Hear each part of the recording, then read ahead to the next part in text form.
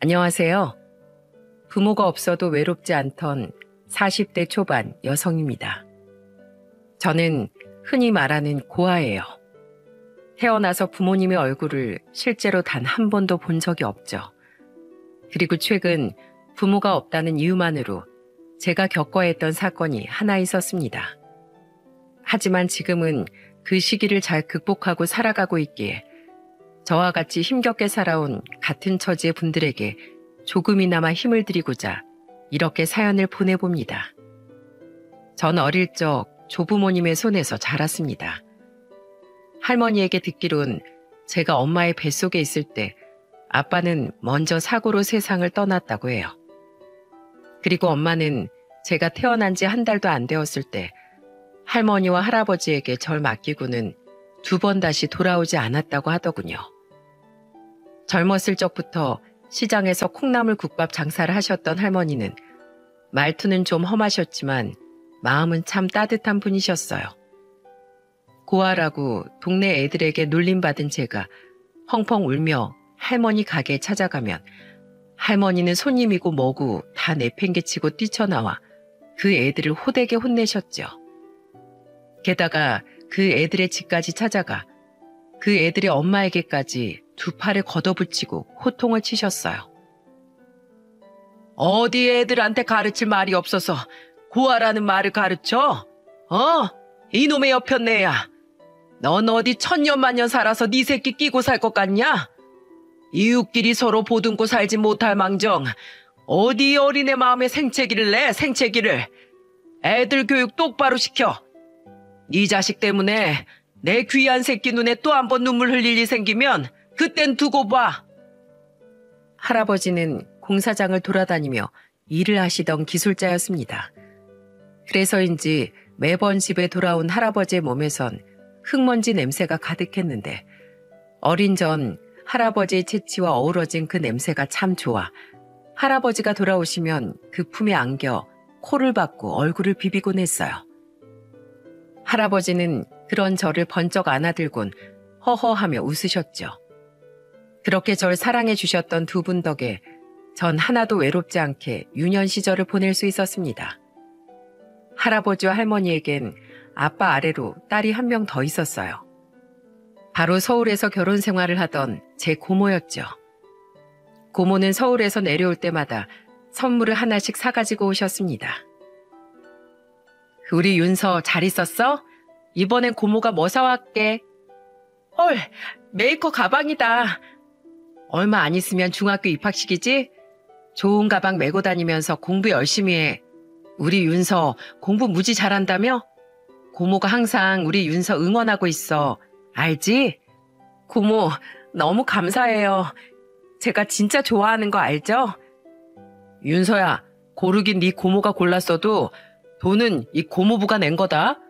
고모부도 진짜 좋아해줘라. 고모와 고모부는 제게 무척 잘해주셨어요. 그래서인지 두 분은 마치 제게 크리스마스 같았죠. 두 분이 오신다는 소리를 들을 때면 항상 들뜬 마음과 기분 좋은 두근거림이 느껴졌으니까요. 하지만 제 인생의 첫 번째 시련은 너무 이른 시기에 불쑥 찾아왔습니다. 중학교 1학년의 무더운 여름날이었어요. 아파트 건설 현장에서 일을 하시던 할아버지는 그만 8층 높이에서 발을 헛디뎌 그대로 추락을 하셨다더군요. 희미하게 남아 붙어있던 숨은 병원으로 이송되던 구급차 안에서 허무하게 끊어져 버리셨다고 해요. 안 돼. 아직 할아버지 안 죽었어. 할머니, 할아버지 좀 깨워봐. 할아버지 손녀 윤서 왔어. 제발 눈 좀 떠. 할머니는 울부짖는 저를 품에 안고 흐느끼셨어요. 저는 그런 할머니에게 안겨 세상이 무너질 듯 오열했죠. 그렇게 우린 할아버지를 떠나보냈습니다. 아빠가 없던 제게 누구보다 자상하고 든든한 아빠 역할을 해주셨던 할아버지의 빈자리는 너무도 크더군요. 하지만 시간이 약이라고 2달, 석 달이 흐르자 어떻게든 산 사람은 살게 되더라고요. 그리고 제가 빠르게 일상을 찾은 데는 다름 아닌 할머니의 역할이 컸습니다. 윤서야, 밥 먹어라. 아유, 밥을 너무 많이 했구먼. 십수년을 세 명치 목만큼 밥을 해댔더니 이놈의 손이 그 양을 기억하고 있었나 보네. 뭘 또 눈물을 그렁거려. 그럴 것 없어. 네 할아버지가 네가 밥도 못 먹고 질질 짜고 있는 모습을 보면 얼씨구나 좋다 하면서 저승에 가겠다. 자, 너랑 나랑 네 해레비 밥까지 다 나눠 먹자. 먹으면서 할아버지, 오늘도 할아버지 생각하면서 공부 열심히 하고 감사하게 살겠습니다. 해. 네 할아버지 목까지 열심히 살아남는 게 남은 우리가 할 일이야. 알겠어, 할머니. 그리고 괜히 눈물 짜낸다고 공부 게을리하지 말고. 윤서야, 요즘엔 공부 열심히 하면 누구든지 잘 살 수 있어. 다시 말해, 공부만이 살 길이란 소리야. 이 헬미가 빚을 져서라도 너 대학까진 어떻게든 졸업을 시킬 테니까 넌 이 헬미 믿고 공부만 열심히 해. 알았지? 할머니는 할아버지가 돌아가신 후 제 공부에 더 열성을 보이셨습니다. 저는 그런 할머니를 실망시키지 않고자 또 좋은 대학에 가고 좋은 직장을 얻어 남은 할머니라도 꼭 호강시켜드리고자 정말 열심히 공부했죠. 제게 할머니는 절대 무너지지 않는 든든한 기둥 같은 존재였어요. 할머니는 할아버지의 장례식 이후 한 번도 제 앞에서 눈물을 보이지 않던 강한 분이었으니까요. 하지만 세상은 어린 제게 너무도 잔혹했습니다. 할아버지가 돌아가신 지 4년 뒤 할머니 또한 그만 가게에서 일을 하다 뇌출혈로 쓰러지시고 만 거예요. 할머니는 수술이 끝난 후 중환자실에 며칠 누워 계시다가 그대로 영원히 눈을 뜨지 못하셨어요. 그때가 고작 제 나이 18살일 때였죠. 윤서야, 고모랑 가자. 서울 가서 고모랑 고모부랑 같이 살자. 그렇게 저는 고2의 나이에 고모를 따라 서울로 올라오게 되었습니다. 솔직히 몸을 의탁할 곳이 없어 고모를 따라오긴 했지만 내심 불안했어요. 평소에 저에게 아무리 잘해주셨다고 해도 자식이 둘이나 있는 고모부가 피 한 방울 안 섞인 저를 과연 반겨주실까 싶어서 말이죠. 하지만 고모부는 저의 이사를 위해 차를 끌고 할머니의 집으로 내려온 그날 절 보자마자 꼭 안아주셨어요. 우리 윤서 고모분의 큰딸 되기로 했다며? 고마워. 고모분의 집으로 와줘서. 고모부가 윤서 할머니 할아버지보다 못하겠지만 그래도 우리 윤서 마음에 들게 열심히 노력할게. 오히려 죄송하다고 감사하다고 말해야 할 사람은 전데 고모부는 도리어 제게 가족이 돼주어 고맙다고 말씀하시더군요. 그 말씀이 어찌나 따뜻한지 저는 고모부의 품에 안겨 그만 눈물을 보이고 말았죠. 그리고 고모와 고모부와 함께 서울의 고모 집에 도착한 날 방에서 짐을 정리하고 있는데 누군가 방문을 빼꼼 열더니 절 부르더군요. 누나! 방문을 연 사람은 바로 초등학교 6학년이었던 사촌 남동생과 초등학교 4학년이었던 사촌 여동생이었어요. 그 두 사람은 뭔가 할 말이 있는 듯 손을 꼼지락거리더니 이내 제게 입을 모아 이렇게 말한 후 부끄러운 듯 후다닥 방문을 닫고 나가더군요. 누나, 우리 가족이 된 걸 환영해. 언니, 우리랑 오래오래 살아. 그렇게 고모네 가족은 단 한 명도 절 불청객 취급하지 않고 따뜻하게 맞아주었습니다. 제가 부모 복만 없었다 뿐이지 가족 복은 타고난 사람이라는 걸 느껴 참 감사했죠. 그리고 고모와 고모부는 수능이 얼마 남지 않은 저를 위해 입시학원 등록도 해주었어요. 윤서야, 너만 괜찮으면 고모랑 고모부가 입시학원에 보내주고 싶은데 네 생각은 어떠니? 정말요? 아니에요. 괜찮아요. 서울 학원비가 한두 푼이 아닌데요, 뭘. 네 고모부 인쇄소가 잘 돼서 이 정도는 괜찮아. 그리고 설사 사정이 빠듯하다고 해도 고모가 너 하나 공부 못 시킬까 봐? 돈 때문에 너 제대로 공부 못 시켰다간 먼저 가신 네 할머니가 귀신이 돼서라도 쫓아와서 날 막 혼내실 거야. 네 할머니 무서워서라도 그렇게는 안 되지. 넌 아무 걱정 말고 그냥 딱 고등학생답게 아무 걱정 없이 공부만 해. 그게 고모랑 고모부를 진짜로 위해주는 거야. 알았지? 고모와 고모부는 각종 문제집이며 학원비며 저에게 지원을 아끼지 않으셨습니다. 저는 두 분에게 감사한 마음에 더욱 이를 악물고 공부를 했어요. 저를 믿어주는 두 분을 절대로 실망시키고 싶지 않았죠. 고모와 고모부는 제 수능날 절 수능 시험장까지 태워다 주셨고 제 수능이 끝날 때까지 시험장 앞을 떠나지 않으셨어요. 윤서야, 여기 도시락. 여기 엿도 얼른 하나 먹어. 그래야 턱하고 원하는 대학에 붙지. 아우 떨려. 왜 이 고모부가 윤서 너보다 더 떨리는지 모르겠다. 윤서야, 너무 부담 갖지 말고 잘못 봐도 좋으니까 최선을 다하고 와. 끝나고 우리 다 같이 외식하자.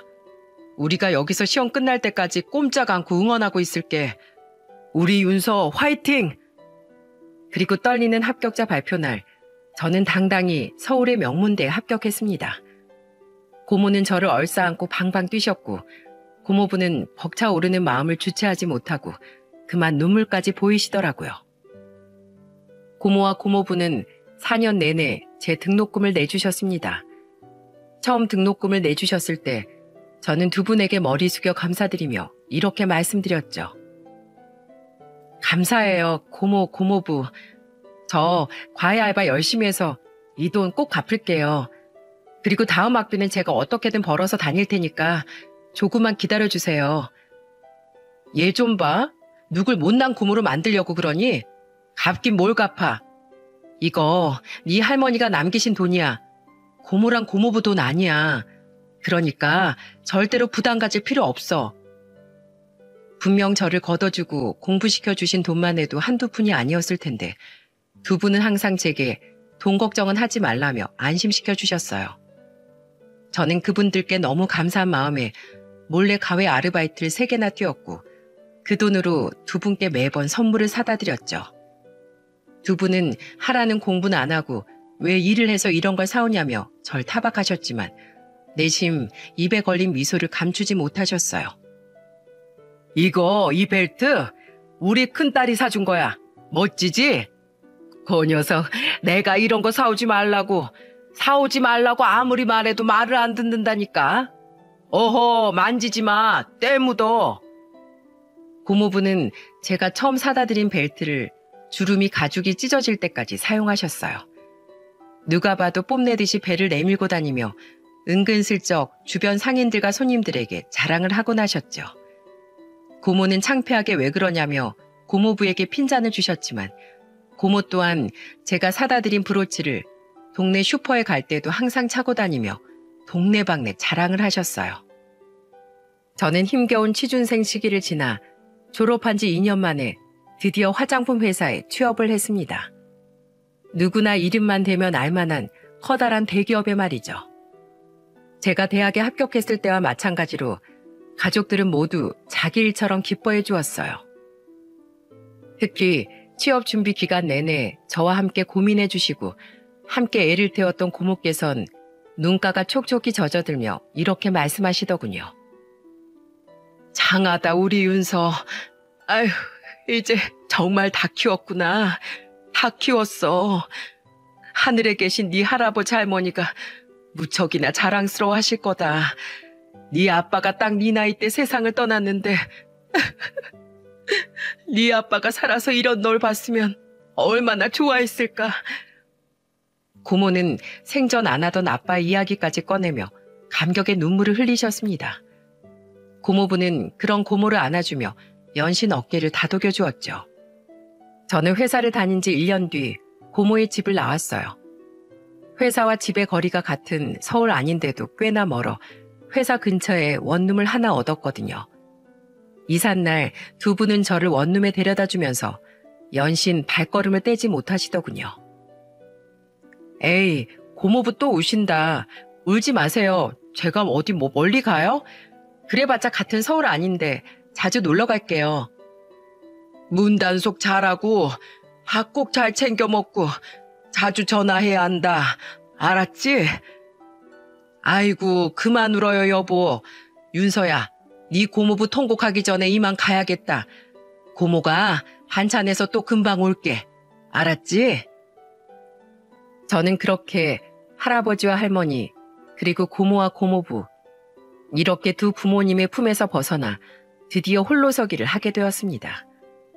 돈을 어느 정도 번 후엔 고모와 고모부뿐 아니라 두 분 몰래 사촌 동생들에게 연락해 맛있는 걸 사주기도 하고 몇십만 원씩 용돈을 쥐어주기도 했어요. 비록 고모와 고모부처럼 그 둘의 대학 등록금을 내주지 못했지만 두 분께 받은 은혜를 이렇게라도 갚고 싶었고, 또한 저를 친남매, 친자매처럼 대해준 두 사촌에게 마지 노릇을 하고 싶었거든요. 저는 32의 나이엔 1년여간의 연애를 하기도 했습니다. 그 사람은 절 많이 좋아해 주었고, 저 또한 결혼 정년기가 되었기에 그 사람의 청혼을 받아들였죠. 하지만 결국 전 이별을 하고 말았습니다. 처음 인사드리러 간 자리에서 그 사람의 모친이 절 극심하게 반대했었거든요. 제가 고아라는 이유로 말이죠.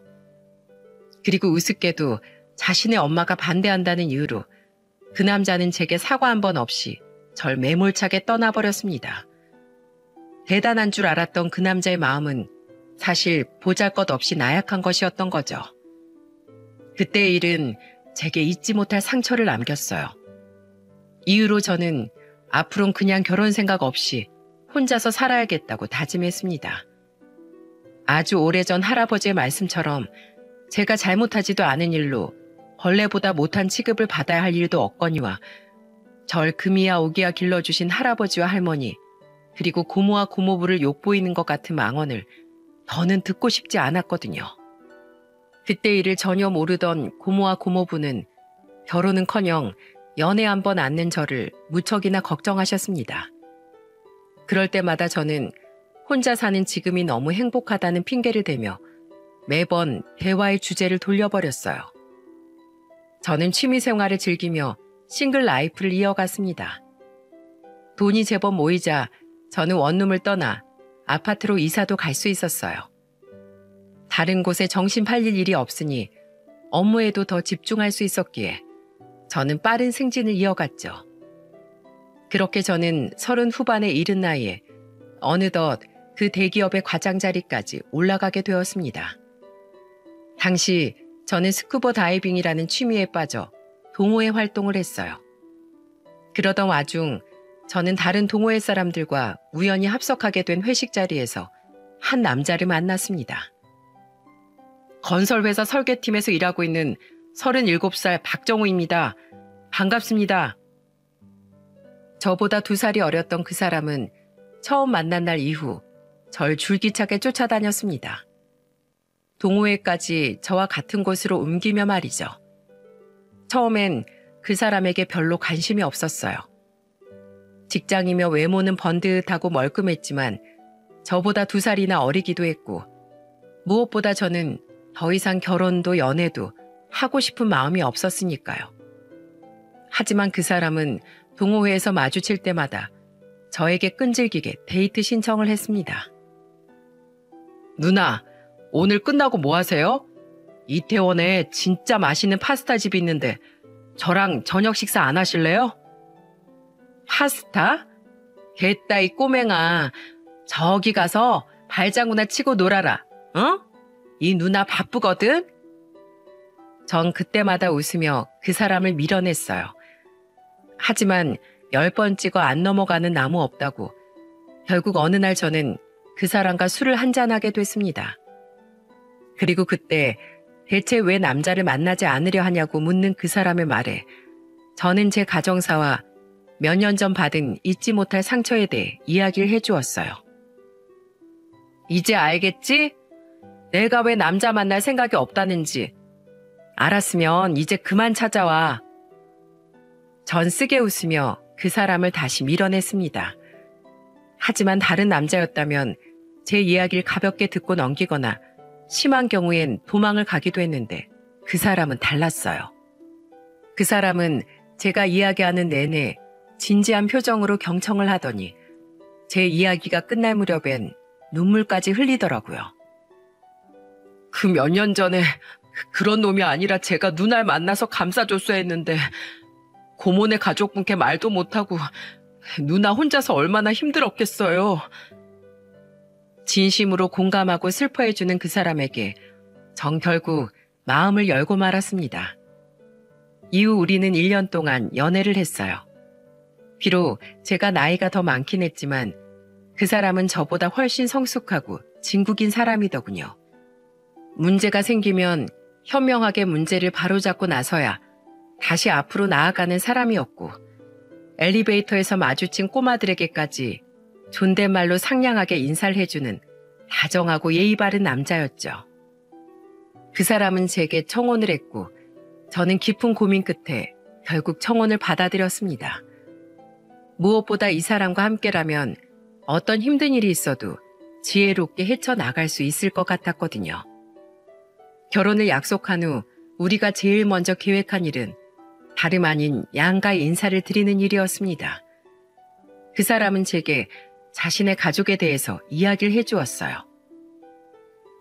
난 위로 2살 차이 나는 형이 한 명 있고 아래로는 9살 차이 나는 늦둥이 여동생도 있어. 우리 부모님이 워낙에 금술이 좋으셔서 말이지.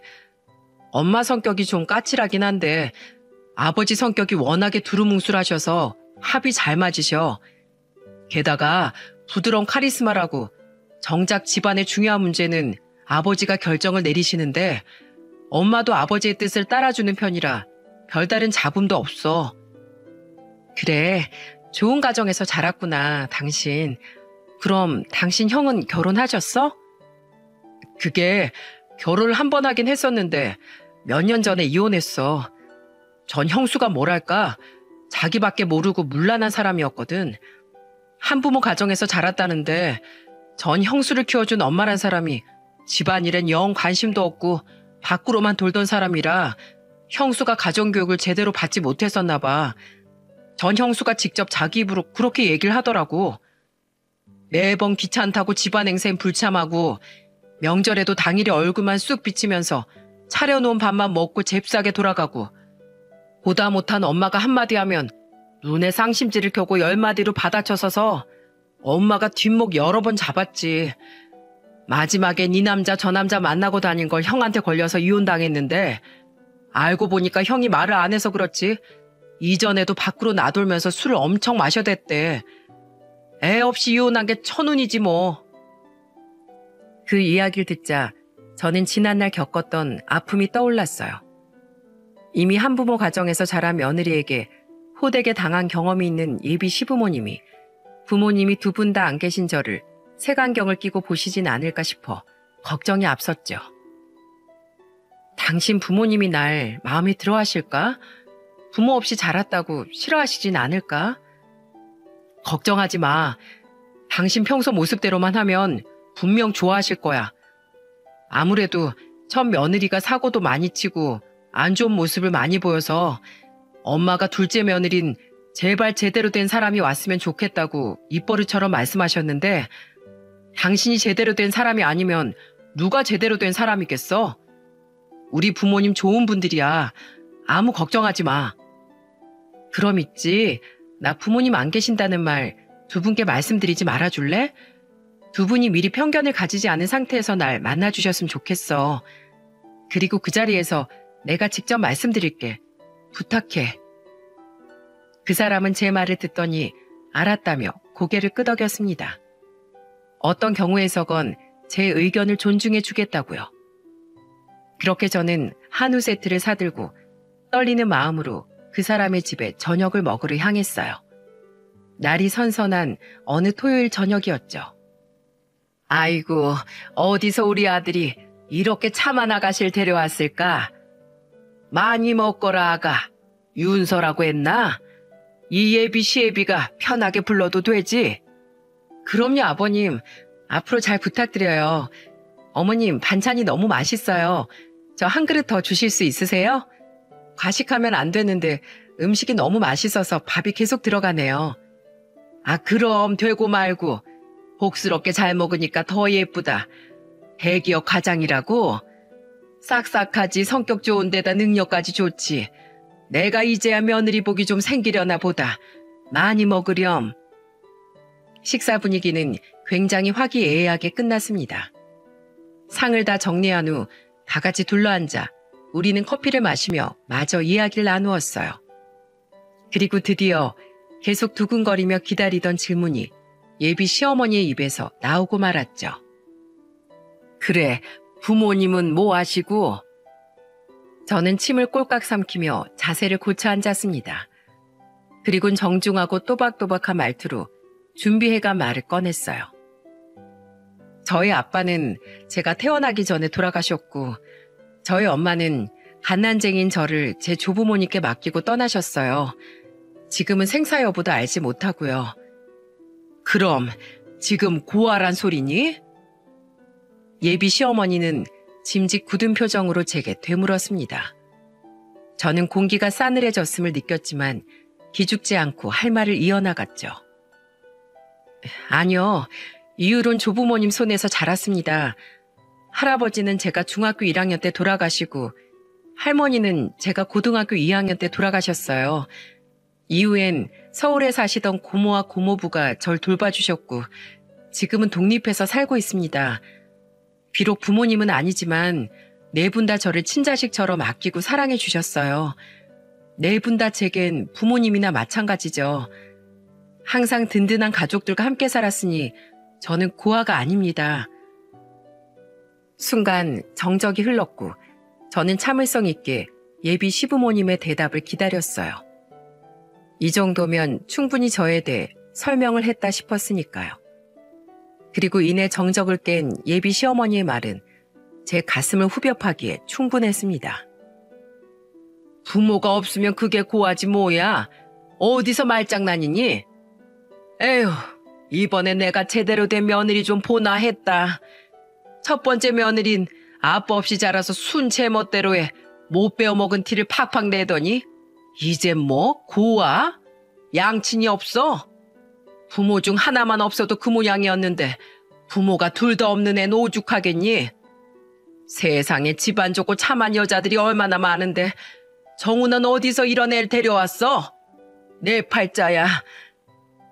예비 시어머니는 첫 번째 며느리에 대한 트라우마가 굉장히 심한 것 같더군요. 예비 시어머니는 저를 위아래로 흘기며 혀를 끌끌 차더니 제 가정 환경까지 들먹이기 시작했어요.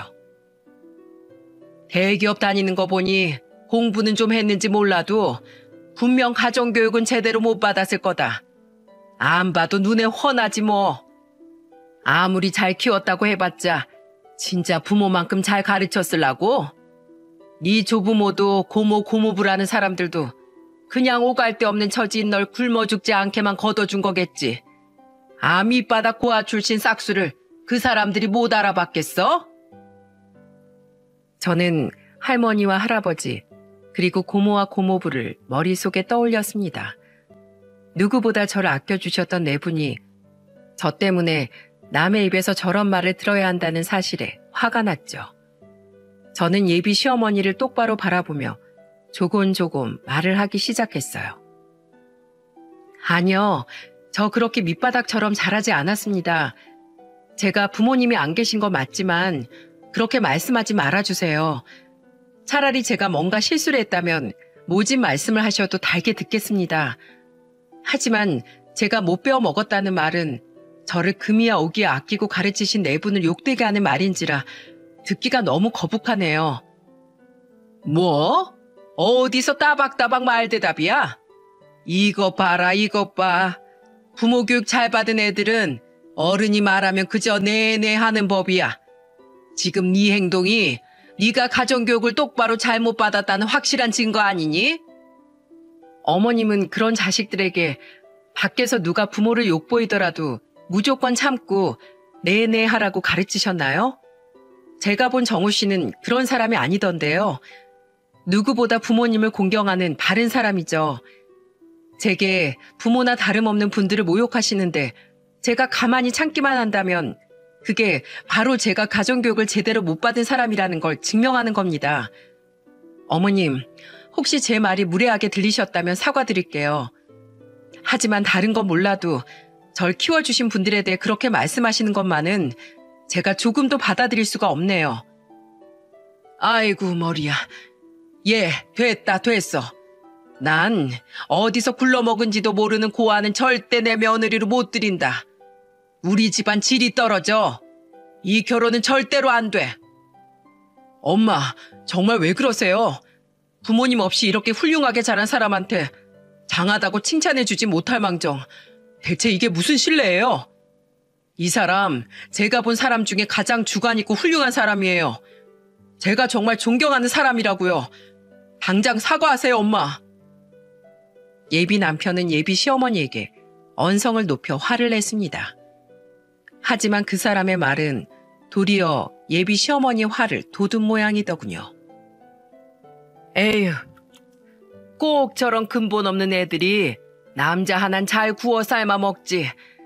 우리 착한 아들을 벌써 저렇게 쏙 홀려놓은 것 좀 봐라. 아주 불려시가 따로 없어.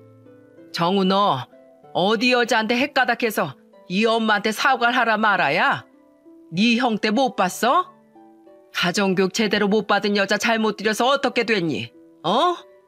아주 집안을 발칵 뒤집어 버렸잖아. 그렇게 데이고도 여자 보는 눈이 그렇게 없어? 나중에 너도 몸도 마음도 너덜너덜해진 채로 이혼당하고 싶어? 난 절대로 그 꼴은 못 본다. 엄마! 분위기는 점점 더 험악해져 갔습니다. 그때였어요. 과장님? 젊은 여자의 목소리가 갑자기 옆에서 들려왔어요. 우린 모두 소리가 들린 쪽으로 고개를 돌렸습니다. 그리고 그 사람의 얼굴을 본 순간 저는 너무 깜짝 놀라서 그만 눈이 휘둥그레지고 말았어요. 아직도 그때 그 장면이 고스란히 기억납니다. 그 사람은 이후 제게 둘도 없는 귀인이 되었거든요. 지숙 씨? 맞죠? 김 과장님 맞으시죠? 그 사람은 바로 저희 회사의 저희 팀에서 근무하고 있는 여직원이었습니다. 입사한 지 고작 2년밖에 안 된 어린 사원이었죠. 그리고 그 직원은 바로 예비 남편의 늦둥이 여동생이었던 거예요. 지숙 씨는 막 외출을 했다 집에 돌아온 모양이더군요. 세상이 아무리 좁다지만 이런 우연이 또 있을까요? 지숙 씨는 당황스럽기도 하고 어쩔 줄 모르겠는 표정으로 저와 예비 시어머니를 번갈아 봤고 저 또한 놀란 표정을 감추지 못한 채 지숙 씨를 바라봤어요. 지금 이게 상황이... 지숙 씨가 이 집 딸이었어? 그럼 당신 동생이 지숙 씨였던 거야? 세상에 별 희한한 인연이 다 있네. 당신 우리 지숙이랑 아는 사이야? 예비 남편 또한 이 상황이 이해가 잘 안 되는 듯 저에게 물었어요. 저는 여전히 지숙 씨를 바라보며 더듬더듬 대답을 했죠. 우리 팀 직원이야. 왜 한 번 얘기했지? 우리 회사에 착한 막내 여직원 한 명 있다고. 아, 기억나. 그게 지숙이었다고? 와, 진짜 너무 신기하다. 지숙 씨는 가방을 내려놓으며 저에게 다가왔어요. 저를 보는 지숙 씨의 표정은 이제 놀라움에서 반가움으로 바뀌어 있었죠. 세상에, 맞다. 작은 오빠가 결혼할 사람 오늘 인사시키러 온댔지? 완전 깜빡하고 내 볼일만 보고 들어왔네. 근데 과장님이 우리 오빠랑 결혼한다는 분이었어요? 세상에, 과장님, 저 너무 반가워서 어쩔 줄 모르겠어요. 과장님을 우리 집에서 다 뵙다니요. 과장님, 저희 집에 와주셔서 너무 감사해요. 뭐? 지숙이 네 회사 과장님이라고? 이 상황이 너무 얼떨떨하다는 듯 예비 시어머니는 지숙 씨를 보며 떨떠름하게 물었습니다. 그러자 지숙 씨는 예비 시어머니에게 앙칼지게 말하더군요. 우리 팀 과장님이야. 엄마, 나 다 들었어. 빨리 우리 과장님한테 사과해. 뭐? 사과? 그래. 엄마, 우리 과장님이 회사에서 얼마나 신망받는 분인 줄 알아?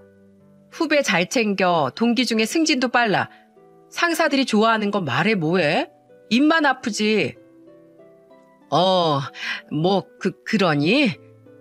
엄마, 내가 처음 입사해서 매일 욕만 먹고 다닐 때 유일하게 본인 시간 빼서 저녁까지 일 가르쳐 주시고 따로 날 불러내서 커피까지 사주신 분이 바로 여기 과장님이야. 나 기운 내라고. 엄마도 알지? 나 처음 회사 들어갔을 때 엄청 힘들어했던 거. 우리 과장님 평소엔 좀 무섭고 엄해도 일 잘하고 인품까지 훌륭한 분이야. 나도 과장님한테 말 함부로 못하는데 엄마가 뭔데 과장님한테 그런 막말을 해. 엄마, 지금 진짜 큰 실수한 거야. 남들은 줄 서도 못 만나던 사람이 우리 과장님인데 이런 사람 오빠가 엄마 때문에 놓치잖아? 그럼 작은 오빠 인생을 망쳐놓는 거야. 바로 엄마가. 얼른 과장님한테 사과드리라니까. 나 과장님 눈 밖으로 벗어나면 엄마가 책임질 거야? 지숙 씨는 눈에 쌍심지를 켜고 예비 시어머니를 몰아붙였어요. 지숙 씨의 말이 맞긴 했습니다. 비록 직급 차이가 있어 서로 친하게 지내던 사이는 아니었지만 제가 입사 초반에 지숙 씨에게 잘해줬던 건 사실이었거든요. 매번 기가 죽어있는 모습이 참 안쓰러워서 말이죠.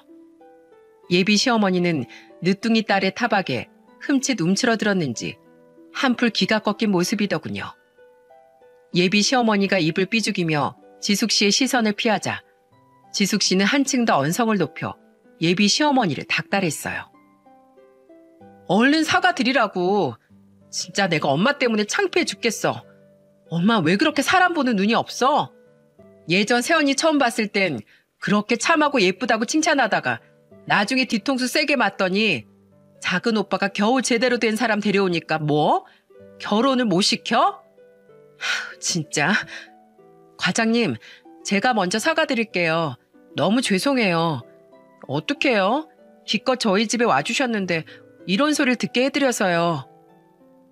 지숙 씨는 급기야 제 손을 두 손으로 꼭 잡더니 굉장히 미안한 표정을 지으며 자신이 먼저 사과를 했습니다. 그제야 예비 시어머니는 잔뜩 치켜떴던 눈꼬리를 내리고 무안한 표정을 지으며 태도를 확 바꾸더라고요. 아니 뭐 내가 알았나. 세상 참 좁네. 거참. 저 윤서야, 내가 미안하다. 난 그저 일전에 많이 안 좋은 기억이 있어서 너도 그저 며느리란 것하고 똑같은 애일 줄 알고. 걔도 처음엔 얼마나 착하고 살갑게 굴었는지 몰라. 그래서 내가 그 모습만 철석같이 믿고 있다가 된통 당했지. 거봐 엄마, 내가 이 사람 좋은 사람이라고 했지? 이 사람 가끔씩 스쿠버 다이빙 하면서 스트레스 푸는 거 빼고는 일밖에 몰랐던 사람이야. 남자애도 전혀 관심 없다는 거 내가 사정사정해서 겨우 만나줬던 거라고. 그런 사람한테 이게 무슨 무례야?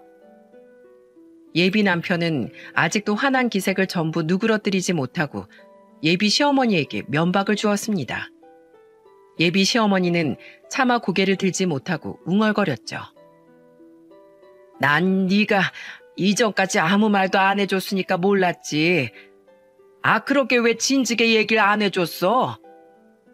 이 사람이 직접 말씀드리고 싶다고 해서 가만히 있었지. 나도 엄마가 이렇게 편견만 가지고 사람을 평가하는 사람일 줄 미처 몰랐고. 엄마, 진짜 오늘 실수 많이 했어. 이 사람한테 꼭 진심으로 사과해. 그리고 바로 그때 여태 아무 말 없이 잠자코 계시던 예비 시아버지께서 불쑥 입을 여셨습니다. 합격! 우리 며느리로 합격이다. 그래, 당신 얼른 다시 사과해. 어느 뭐로 보나 좋은 얘기밖에 안 들리는 이런 좋은 애 당신 실수로 놓칠 셈이야? 평생 정우랑 지숙이한테 원망 들으면서 살 거야? 에휴, 알겠어요. 알았어. 윤서야, 내가 다시 한번 미안하다. 내가 그저 며느리한테 너무 심하게 대었어. 그래도 걔는 걔고 넌 넌데 내가 이상한 편견에 휩싸여서 너에게 막대 먹고 심한 말을 내뱉었다. 이렇게 진심으로 사과하마. 부디 마음 풀고 우리 지숙이랑 정우 나쁜 눈으로 보지 말아다오. 못된 건 엄마인 나지. 우리 애들이 착한 건 너도 잘 알잖니. 내가 이렇게 부탁하마. 두 손으로 싹싹 빌라면 내 그렇게 할게. 정말 미안하다. 예비 시어머니가 비로소 정말 미안한 표정을 지으며 제게 사과하자 그때서야 제 기분도 조금 풀리더라고요. 그래서 저는 어깨를 으쓱하며 예비 시어머니에게 말했죠. 다른 건 다 괜찮아요. 다만 저희 할아버지 할머니랑 고모 고모부에 대한 잘못된 말씀하신 것만 사과해 주시면 저도 기분 풀겠습니다. 전 그거면 돼요. 그래. 아이 내가 당연히 그래야지. 윤서 할머님 할아버님 비록 하늘에 계시지만 제 말 들리시지요? 제가 어리석어서 두 분을 욕보이고 두 분 손녀 마음에 상처를 주었습니다. 죄송합니다. 앞으로 살면서 지금 일 두고두고 윤서에게 갚아 나가겠습니다. 그리고 네 고모 고모부께는 내가 상견례 때 직접 사과드리마. 약속하마. 그러니까 이제 기분 풀어다오. 어? 예비 시어머니는 정말로 눈앞에 저희 할아버지와 할머니가 계신 양 간곡한 어투로 사과를 하셨습니다. 그 모습을 보자 그제야 저는 다시 예비 시부모님에게 정중하게 말씀을 드렸어요. 어머님, 그래도 아랫사람이 한 이런 부탁 받아들이기 힘드셨을 텐데 곧장 들어주셔서 감사합니다. 어머님, 아버님, 저 아직 많이 부족한 사람이지만 앞으로 정우 씨와 함께 잘 살아가 볼게요. 어머님, 아버님 성에 차지 않는 부분도 분명 많을 겁니다. 하지만 하나씩 제게 잘 가르쳐 주시면 제가 최고의 며느리 못 되더라도 좋은 며느리가 되려고 노력할게요. 믿어주세요. 아이고, 어쩜 이렇게 말을 잘할까. 사실 난 처음부터 윤서 네가 마음에 들었다. 내가 고아라는 말만 안 들었으면 넌 더 볼 것도 없이 내 며느리로 합격이었어. 엄마, 고아 아니라니까.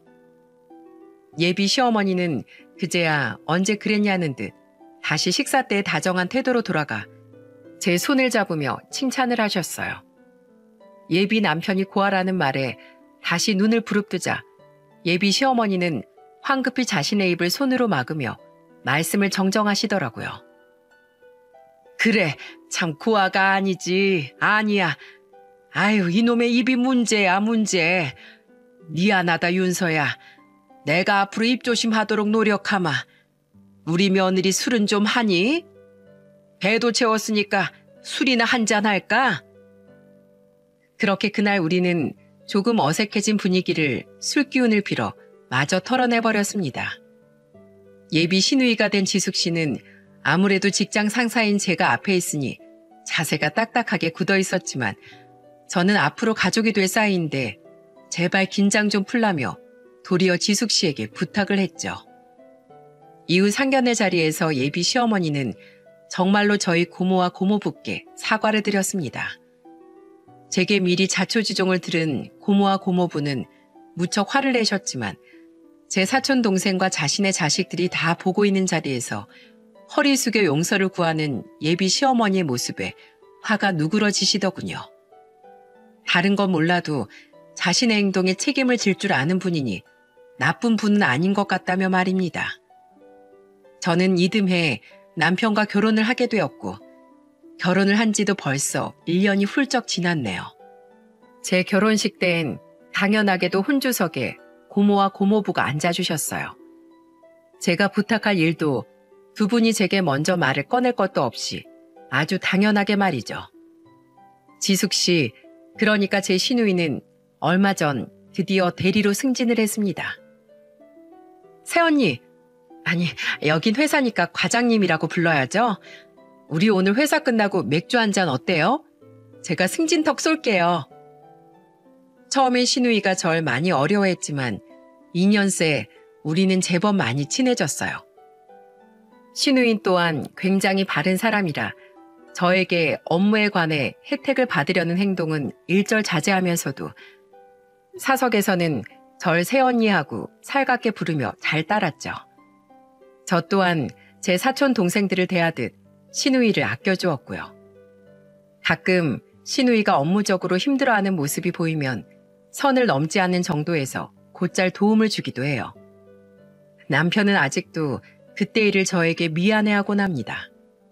저는 다 지난 일이니 됐다고 이야기하지만 남편은 제가 한번 받았던 상처를 자신의 안일함으로 또 후벼 파놓았다며 평생 제 옆에서 두고두고 갚아 나가겠다고 하더군요. 어떻게 갚을 건데? 어떻게 할까? 그럼 내 옆에서 오래오래 건강하게 살아줘. 난 이제 사랑하는 가족을 먼저 떠나보내는 일은 두 번 다시 겪고 싶지 않아. 약속 지킬 수 있지? 그럼 당연하지. 난 당신보다 꼭 하루 더 살 거야. 당신이 평생 외로워하지 않도록 말이야. 몇 달 전엔 고모부의 칠순이었어요. 고모와 고모부, 저와 남편, 그리고 결혼해서 아이까지 하나씩 있는 두 사촌 동생 가족들까지 총 10명의 식구들이 다 같이 얼마 전 동남아 여행을 다녀왔습니다.